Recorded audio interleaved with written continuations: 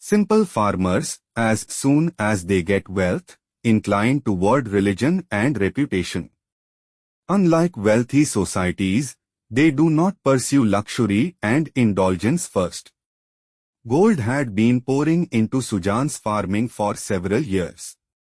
All the farmers in the village worked hard, but Sujan was fortunate.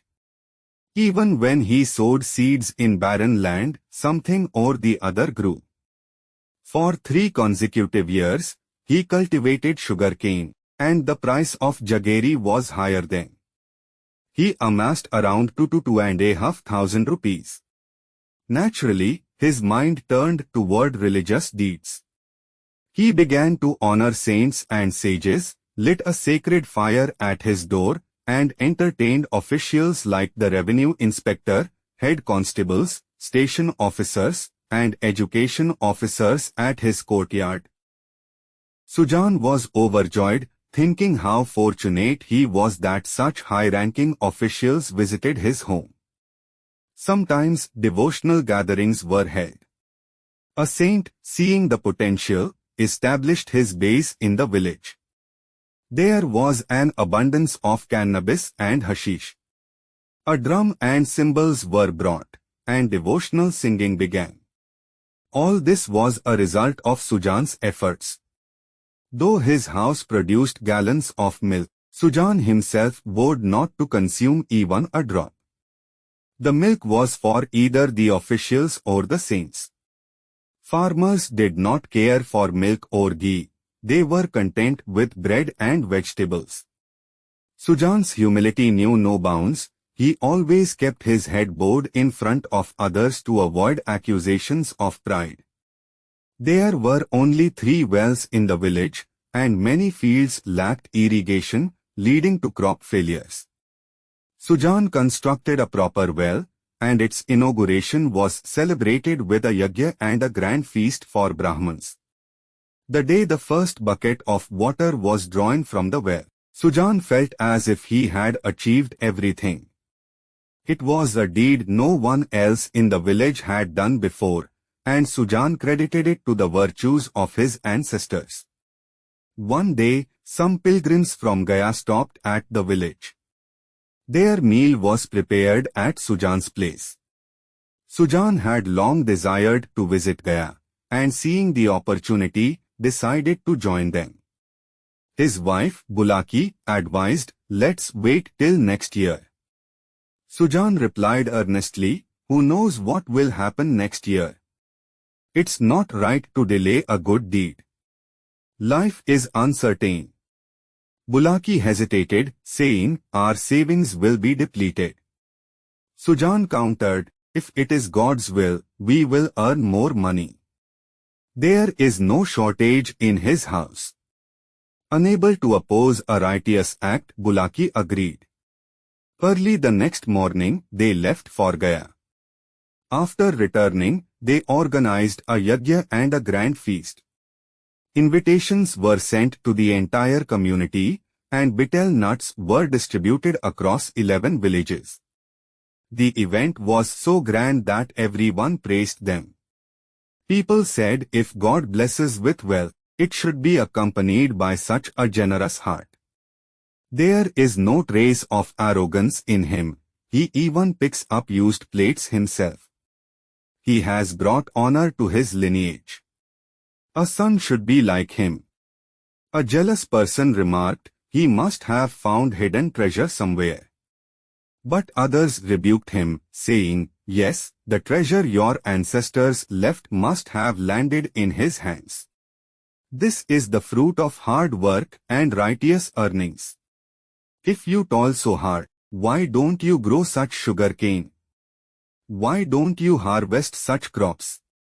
God gives wealth to those who know how to use it wisely." Sujan transformed from Sujan Mahato to Sujan Bhagat devotee. The lifestyle of a Bhagat is quite different. He would not eat without bathing, and insisted on performing rituals during festivals. Daily worship became essential for him, and he was meticulous about his diet. Above all, he had to renounce lies. A Bhagat cannot lie. For a regular person, a lie might invite a small punishment, but for a Bhagat, the punishment is immense. Ignorance may excuse many mistakes, but a learned person must bear full accountability. Sujan too now had to live up to the standards of a Bhagat. Previously, his life had no ideals or boundaries. It was a laborer's life, driven by self-interest. But now, he sought purpose and walked a thorny path of righteousness. He could no longer charge interest on loans without feeling guilty.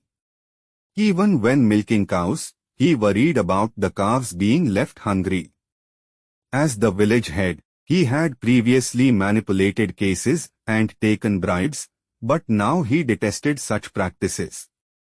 He avoided lies and deceit and became more concerned about the laborers' wages than their work. His sons began mocking him, and even Bulaki started viewing him as a mere Bhagat detached from the family's practical concerns. Over time, Sujan's authority diminished.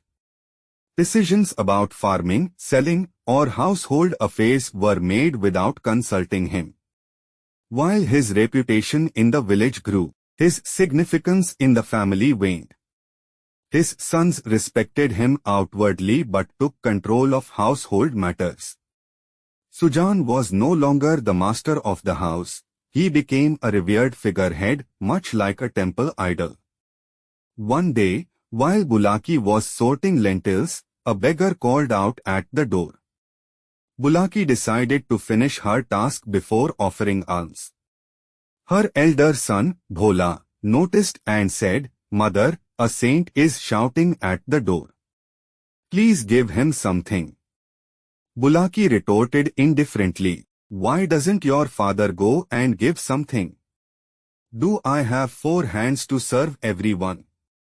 Bhola replied sarcastically, "They are ruining everything. Just now, Mehengu brought brinjals that weighed less than promised. Father said, 'Let it go, we'll adjust the balance later.' I didn't write it off, though." Bulaki said, "You did the right thing. Let him talk, he'll learn his lesson after facing a few setbacks." Such incidents made Sujan realize his diminishing relevance in the family. Hurt and humiliated, he spent the evening under a tree, refusing to eat. When Bulaki coaxed him, he expressed his pain and frustration, recalling his past sacrifices and hard work. He felt betrayed by those he had built his life for and decided he could no longer endure such indignity. Sujan's transformation into a Bhagat had alienated him from his family, leaving him isolated and resigned. कहानी सुजान महतो के इर्द गिर्द घूमती है, जो एक साधारण और मेहनती किसान है, जो अपने जीवन में एक परिवर्तनकारी यात्रा का अनुभव करता है। शुरुआत में सुजान को एक समर्पित और समृद्ध किसान के रूप में चित्रित किया गया है। भाग्य और कड़ी मेहनत से वह धन इकट्ठा करता है, जिसे वह सामाजिक और धार्मिक प्रयासों में निवेश करता है। सुजान अपने समुदाय में सम्मान प्राप्त करता है, संतों की मेजबानी करता है, अनुष्ठान करता है और गांव के लाभ के लिए एक कुआं बनवाता है। उसके कार्यों को नेक और उदार के रूप में मनाया जाता है, जिससे उसकी प्रतिष्ठा बढ़ती है। हालांकि इस नई भक्ति के साथ सुजान एक धार्मिक भगत के तरीके अपनाने लगता है। उसका दृष्टिकोण आध्यात्मिक शुद्धता और नैतिक ईमानदारी की ओर बदल जाता है। वह किसी को भी, यहाँ तक कि जानवरों को भी नुकसान या दुख न पहुँचाने के बारे में अत्यधिक सतर्क हो जाता है। धार्मिक आदर्शों का पालन करने में उसकी नई सख्ती उसके परिवार के भीतर दरार पैदा करती है। उसकी पत्नी बुलाकी और बेटे, जो कभी उसकी व्यावहारिकता और नेतृत्व के लिए उसका सम्मान करते थे, उसे घरेलू जिम्मेदारियों से विमुख एक अव्यावहारिक सपने देखने वाले के रूप में देखने लगते हैं। इस बदलाव से घर में तनाव पैदा होता है, जहां सुजान के फैसलों को अक्सर उसके बेटों द्वारा दरकिनार कर दिया जाता है। परिवार के भाग्य निर्माण में अपने योगदान के बावजूद सुजान अपने ही घर में अलग-थलग और शक्तिहीन महसूस करता है। वह अपनी आध्यात्मिक आकांक्षाओं को अपने परिवार की व्यावहारिक जरूरतों के साथ समेटने के लिए संघर्ष करता है, अंततः खुद को अलग-थलग और निराश पाता है। कहानी उदारता, आध्यात्मिक जागृति, पारिवारिक गतिशीलता और सामाजिक अपेक्षाओं के विषयों पर प्रकाश डालती है। यह भौतिक सफलता से आध्यात्मिक भक्ति तक एक व्यक्ति की यात्रा की एक विशद तस्वीर पेश करती है, जो पारिवारिक और सामाजिक जिम्मेदारियों के साथ व्यक्तिगत मूल्यों को संतुलित करने की चुनौतियों को दर्शाती है।